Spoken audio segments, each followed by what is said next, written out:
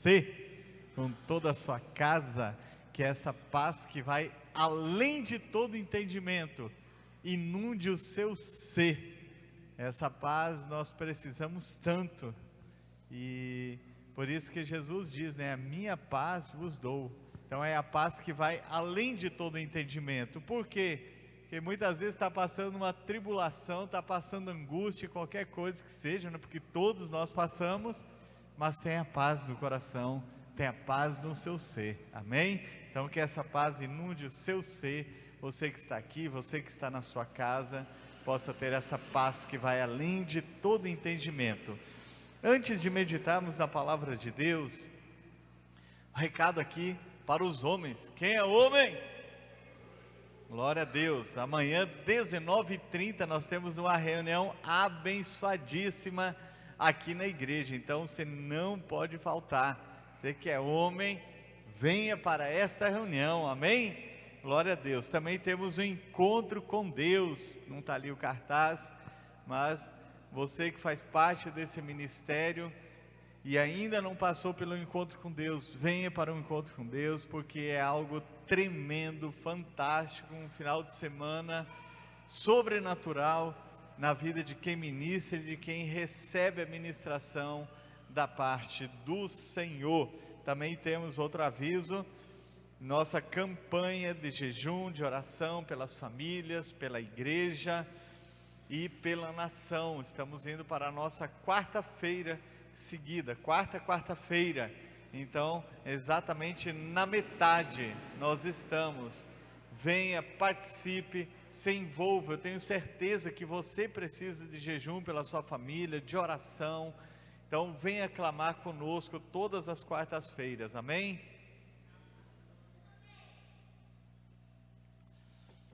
Vamos meditar na palavra de Deus. Antes de abrir exatamente o texto da palavra, eu quero falar sobre 3 nutrientes para uma vida saudável. Esse é o título da nossa mensagem. Então, os nutrientes são substâncias encontradas nos alimentos e elas servem para nutrir o nosso organismo. Elas são essenciais para um funcionamento bom do nosso corpo. Então eles podem ser encontrados em diversos alimentos, além de suplementos que nós encontramos. Só que eu não sou nutrólogo nem nutricionista, eu quero falar sobre os nutrientes para uma vida saudável, uma vida cristã. Ore, peça ao Senhor agora, para que o Senhor te dê uma resposta através dos meus lábios. Talvez você esteja se questionando, talvez você esteja passando por um momento e que você precisa de uma resposta de Deus. Peça para que eu seja essa resposta na sua vida. Espírito Santo, nosso amigo, conselheiro, que está presente em todo momento, eu tenho orado, pedido a tua orientação, e eu creio que foi o Senhor que me orientou para trazer esta palavra, para nutrir o nosso espírito, nossa alma, e eu quero ser a tua resposta para as pessoas, tanto aqui quanto aquelas que nos assistem ou nos assistirão em suas casas, no seu trabalho, nos ouvirão dentro do seu carro. Eu quero ser resposta, e mais uma vez eu levo nossos pensamentos cativos à obediência de Cristo Jesus, nosso Senhor. Repreendo aqui todo espírito que vem para roubar a palavra, para distorcer o sentido da palavra. Eu repreendo em nome de Jesus. Quero declarar que essa palavra vai cair em solo fértil, não vai cair à beira do caminho, não vai cair entre espinhos, não vai cair no meio de pedregulhos, mas sim num solo fértil, e vai frutificar a 100, a 60 e a 30 por 1, conforme diz a palavra de Deus. Amém. Glória a Deus. Como eu falei, eu quero falar sobre 3 nutrientes para uma vida saudável. Para que nós possamos compreender quais são esses nutrientes, nós precisamos primeiro entender sobre a natureza humana, sobre a essência do homem, o que Deus declara na sua palavra sobre a essência do homem, sobre a natureza do homem. Então, o ser humano, ele é um espírito que tem uma alma e que habita num corpo. Diga comigo: eu sou um espírito, eu tenho uma alma e habito num corpo. Amém. Agora o texto aqui para acompanhar, 1 Tessalonicenses 5:23, nos diz isso, nos revela essa essência do homem, quando diz: o mesmo Deus de paz os santifique em tudo, e que o espírito, a alma e o corpo de vocês sejam conservados íntegros e irrepreensíveis na vinda de nosso Senhor Jesus Cristo. Ele não está falando por falar, mas ele diz que o espírito, que a alma e que o corpo de vocês sejam conservados íntegros ou em santidade, ou como diz numa outra versão. O espírito é a dimensão do homem que se relaciona no âmbito espiritual. Por isso que a Bíblia diz que o homem natural, ele não entende as coisas do Espírito. É necessário que o Espírito Santo ative o espírito humano para que ele compreenda as verdades espirituais, para que ele possa conhecer a Deus. O Espírito nosso é a parte do nosso ser criado pelo Senhor para que se relacione com Deus. Por isso que a Bíblia diz que ninguém conhece o homem senão o Espírito que nele está. Então o Espírito Santo, ele sonda as profundezas de Deus, ele sonda o espírito humano e ele então se relaciona. Somente é possível conhecer Deus através da nossa natureza, aliás, através do Espírito. Por isso que nós somos um Espírito. Esse Espírito, ele permanece vivo eternamente, desde o dia da nossa concepção no ventre da nossa mãe. Então nós fomos formados no Espírito e a partir dali somos eternos. Então o Espírito é a dimensão do homem que se relaciona no âmbito espiritual. A alma é a dimensão do homem que lida no âmbito mental, o intelecto, as vontades, as emoções. Por isso que quando nós estamos com a alma doente, o nosso físico também é afetado, porque são as nossas emoções. Não podemos guardar lixo emocional dentro de nós. Assim como não é saudável, se você vê uma pessoa que é acumuladora compulsiva, nós já lidamos com pessoas assim. Nós conhecemos aqui a igreja, uma pessoa, ela se tornou irmã em Cristo, partiu para a eternidade e ela tinha muitas mazelas dentro dela, e ela era acumuladora compulsiva. No dia que nós tiramos o lixo de dentro da casa e do seu quintal, nós tiramos 4 caçambas de lixo de lá. Então mostrava que ela não era uma pessoa normal emocionalmente, saudável emocionalmente. Então aquilo afetou o quê? Na sua casa havia imundícia, havia doença física também. Todo acumulador compulsivo tem isso, ele tem algo na sua alma. E quando nós guardamos mazelas, dores, feridas, falta de perdão dentro do nosso ser, então a nossa alma, ela está doente e faz com que o nosso físico também esteja doente, porque nós comparamos a falta de perdão, a amargura, a esse lixo acumulado dentro de nós. E esse lixo nós precisamos botar para fora. É como dentro de casa, todos nós produzimos lixo, mas quando o pessoal da coleta passa, aquele caminhão passa na sua porta, ele não bate na porta, não toca a campainha e diz: dá licença, eu vou tirar o lixo do seu banheiro, vou tirar o lixo da sua cozinha, vou tirar o lixo do seu quintal. Não, essa é a nossa função, nós temos que levar o lixo para fora, então ele carrega dali e leva para o aterro sanitário. Então, não é Deus que tira o lixo de dentro de nós. Nós é que precisamos botar para fora, através do perdão, liberando o perdão ou se perdoando de alguma forma, para que esse lixo saia de dentro de nós e nossa alma seja saudável. Então, a alma é a dimensão do ser humano no âmbito mental, emocional, onde tem também as sensibilidades que raciocina e nos faz pensar. O corpo é a dimensão nossa, a dimensão do no âmbito físico. Ele atua na dimensão física e também o corpo, ele foi criado para ser morada de Deus. É isso que a Bíblia nos diz lá em 1 Coríntios, capítulo 6, que o nosso corpo, ele foi formado para ser habitação de Deus. Por isso temos que tomar muito cuidado com o nosso corpo, para que nosso espírito, nossa alma e o nosso corpo sejam santificados.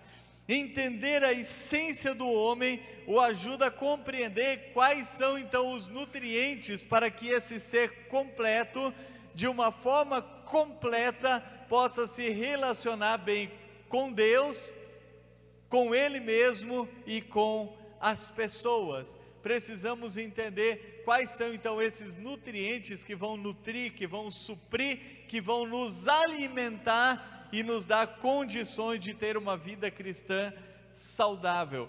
Em Romanos capítulo 12, verso 12, eu quero falar desses 3 nutrientes que nós encontramos aqui, que inclusive é o tema deste ano da nossa igreja. Diz: alegrem-se na esperança, sejam pacientes na tribulação e perseverem na oração. Veja só, alegre-se na esperança, sejam pacientes na tribulação e perseverem na oração. O primeiro nutriente é alegrar-se na esperança. A esperança nossa, ela é depositada em Deus, por isso que nós podemos nos alegrar, porque essa esperança, ela não desaponta. Deus jamais desapontou alguém, jamais vai desapontar, por isso nós podemos depositar a nossa esperança nele. E a Bíblia diz que a esperança que se vê não é esperança, então nós depositamos na esperança naquele que tudo vê, tudo pode e tudo é capaz de fazer. Nossa esperança está depositada nele. O mundo diz que a esperança é a última que morre, mas a Bíblia nos diz lá em 2 Pedro capítulo 1, versículo 3, que nós fomos regenerados para uma esperança viva. Então a esperança do cristão, ela não morre, ela perdura para toda a eternidade. Eu preciso me alegrar nessa esperança, isso é um nutriente para a minha vida, isso me impulsiona, me dá força, me dá coragem para seguir em frente. Eu preciso me alegrar na esperança, por isso que diz que a alegria do Senhor é a nossa. A alegria do Senhor é nossa?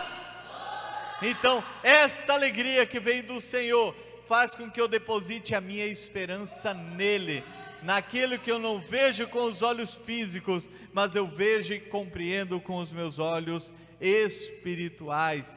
Podemos nos alegrar em Deus, porque Ele é a nossa esperança e nele a nossa esperança não é vã. Então, o primeiro nutriente para uma vida saudável, alegrar-se na esperança. O segundo nutriente para a nossa vida saudável é a paciência nas tribulações. Então, em outros textos trata a paciência como perseverança também, mas este, para fazer uma diferença já com a oração que fala da perseverança, ele diz para ser paciente. Então precisamos ser pacientes durante a tribulação. Em outra versão diz: sejam pacientes nas aflições. E aí nós lembramos o que Jesus disse em João 16:33: no mundo vocês passarão por aflições, mas não tenham bom ânimo, sejam desanimados, é isso? Tenham bom ânimo, eu venci o mundo. Então ele nos advertiu, ele nos alertou que todos nós passaríamos por aflições, e na vida cristã, na verdade todo ser humano passa por diversos momentos de aflições, de tribulações na sua vida, mas quando ele diz seja paciente nas tribulações, nas aflições, é porque nós temos uma tendência de perder a cabeça, perder o controle de tudo e chutar o balde, e não é isso que Deus quer. Ele diz sejam pacientes nas tribulações. A paciência e a perseverança são características dos vencedores. Todo vencedor, ele consegue ser paciente e perseverante, e a Bíblia nos diz lá em Hebreus 10:36, vocês precisam perseverar, para que havendo feito a vontade de Deus, alcancem a promessa. Então quando nós passamos pela tribulação, quando nós estamos passando por os momentos de tribulação em nossa vida, e nós somos pacientes, e nós perseveramos, a Bíblia diz que nós alcançamos a promessa de Deus. Todo momento de tribulação, todo momento de angústia, todo momento de dor, ele é usado para o nosso aperfeiçoamento. Por isso que vai dizer lá em Tiago, lá em Pedro, e a Bíblia dá tanta ênfase sobre até se alegrar ao passar por tribulações. Não é que eu me alegro, eu estou sofrendo, que alegria, não é isso, não é algo sádico, mas é a alegria de ver o que vem depois. É como uma mulher que quando vai dar à luz, ela sente muitas dores, as dores de parto, mas a própria Bíblia diz que depois de dar à luz, a alegria compensa aquela dor que ela passou. Então quando nós passamos por tribulações, e precisamos ser pacientes e nos alegrar, porque eu sei que o fruto que virá depois que eu passar por essa tribulação, ele é para o meu aperfeiçoamento, e o fruto é bom. Quando nós falamos de tribulação, nós temos que lembrar de Jó, o homem que foi mais provado na face da terra. Mas em Jó capítulo 38, se não me falha a memória, aliás capítulo 19, verso 25, ele disse: eu sei que o meu Redentor vive, e que por fim se levantará.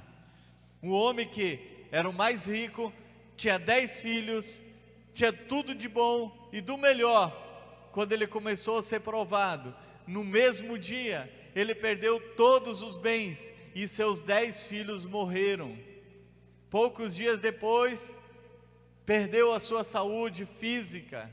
Para piorar, amigos que deveriam consolá-lo, começaram a acusar de pecado, quando o próprio Deus disse que ele era o homem mais íntegro da face da terra. E em meio a acusações, em meio a sua tribulação que ele estava passando, ele fez essa afirmação de que ele teria paciência na tribulação. Ele disse: eu sei que o meu Redentor vive, e que por fim se levantará. Ele estava dizendo: eu sei que eu vou passar por esse momento difícil, e ainda que eu vá para a glória, é o meu Redentor que está se levantando.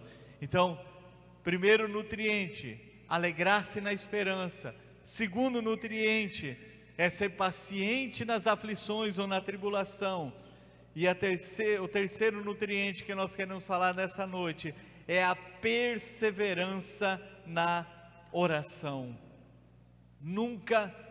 Eu creio que nunca em toda a minha história, nos meus cerca de 30 anos de convertido, mais de 20 anos de ministério, nunca nesse tempo Deus tem chamado tanto a sua igreja e o seu povo para oração. Por isso que a Bíblia diz: orem sem cessar. É momento de clamar, é tempo de buscar ao Senhor até que Ele venha e chova a justiça sobre a terra. E a Bíblia diz aqui: persevere na oração. Nós precisamos aprender a perseverar, não desistir no meio do caminho. A oração é o que? É você conversar com Deus, é ali que você leva seus pedidos, seus clamores, que você ora pelos outros, que você intercede pelas pessoas, e a Bíblia diz: não desistam de orar, nunca parem de orar, perseverem na oração. A Bíblia, ela dá essa ênfase tão grande para nós perseverarmos na oração. A oração nos leva a um nível de intimidade e de compromisso com Deus. Eu sempre falo aqui que eu tenho compromisso com Deus no meu devocional. Minha esposa é testemunha, minha filha é testemunha, pessoas próximas, não é de boca para fora, mas eu tenho um compromisso com Deus em oração. Então, seja tempo ruim, seja tempo bom, seja o que estiver passando, eu vou perseverar em oração, eu continuo orando, até ver as respostas de Deus. Quando Abacuque viu que a injustiça predominava, ele fez questionamentos a Deus, e antes de Deus responder, ele fez uma afirmação, ele disse: eu me colocarei na minha torre de vigia, e aguardarei o que Deus for me falar. O que ele estava dizendo aqui? Olha, eu estou pedindo respostas, eu estou clamando ao Senhor, e eu vou ficar atento até ouvir a resposta. E Deus veio e respondeu a sua oração. Então, você quer ter orações respondidas? Persevere em oração, continue clamando, continue todos os dias orando. Você quer ter a sua vida transformada? Ore ao Senhor, leia a palavra de Deus, deixe-se transformar pelo Espírito Santo. Quer a vida de outra pessoa transformada? Ore por essa pessoa. Quer ver sua empresa abençoada? Ore pela sua empresa, ore pela sua cidade. Motivo de oração é o que não falta para nossas vidas. E se você quer orar mais tempo e não consegue, eu vou te dar um conselho: faça uma lista, escreva no papel, ou digita, ou escreva à mão, pedidos de oração. E você não faça isso: Senhor, eu te apresento, porque aqui é 10 segundos a gente termina uma oração. Mas leia cada um até você aprender. Eu estou orando por fulano. E quando você ora por aquela pessoa, se coloque na posição dele. O que é que aquela pessoa está passando? Qual a necessidade? Por que você está orando por aquilo? Porque dessa forma nós nos envolvemos e aprendemos a ter a perseverança na oração. A perseverança é isso: você vai e não desiste até obter uma resposta da parte de Deus. E eu quero dizer, Deus quer responder às suas orações. Você não entendeu? Deus quer responder às suas orações. Ele quer responder, mas você precisa perseverar nelas até obter a resposta. Por isso que o texto diz: é tempo de clamar ao Senhor até que Ele venha e chova a justiça, ou seja, até que haja uma resposta de Deus. É até aí que eu vou clamar. E muitas vezes nós podemos até ficar meio desacreditados. Sabe quando aconteceu isso? Me ocorreu agora, não tinha preparado, mas na ocasião em que o apóstolo Pedro foi preso, a igreja, diz o texto, que ele estava em contínua oração. Quando o apóstolo Tiago havia sido decapitado, preso e foi decapitado, eles não souberam o que fazer. Quando viram mais um líder deles sendo preso, a Bíblia diz que a igreja fazia contínua oração, orava sem cessar, estavam reunidos. E aí Deus envia um anjo, liberta Pedro das cadeias, vai abrindo os portões das celas, leva ele para fora, e ele vai e começa a bater na casa, dizendo: sou eu, e as pessoas lá dentro meio que desacreditadas, deve ser o espírito dele, mas era Pedro que estava ali como resposta da oração. Eu quero dizer que você vai ficar impressionado com as respostas que Deus vai te dar. Persevere na oração, com leitura da palavra. Esse é o alimento para a nossa vida, esse é o nutriente. Então, para concluirmos, nós precisamos de 3 nutrientes essenciais para uma vida cristã saudável: alegrar-se na esperança, ser pacientes nas tribulações e perseverar nas orações. Fazendo isso, a sua caminhada cristã será muito frutífera. Feche os seus olhos, coloque em prática diariamente, se alimente desses 3 nutrientes: alegria na esperança, paciência na tribulação e perseverança na oração. Você vai ver que a sua vida cristã não será fútil, não será inútil, você vai frutificar para o Senhor. Pai, eu quero orar neste momento.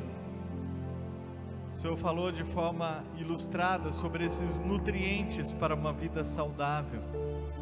Esse é o tema para essa igreja esse ano, Pai querido. Este é o nosso tema, Pai querido: alegrar-se na esperança e ser pacientes na tribulação.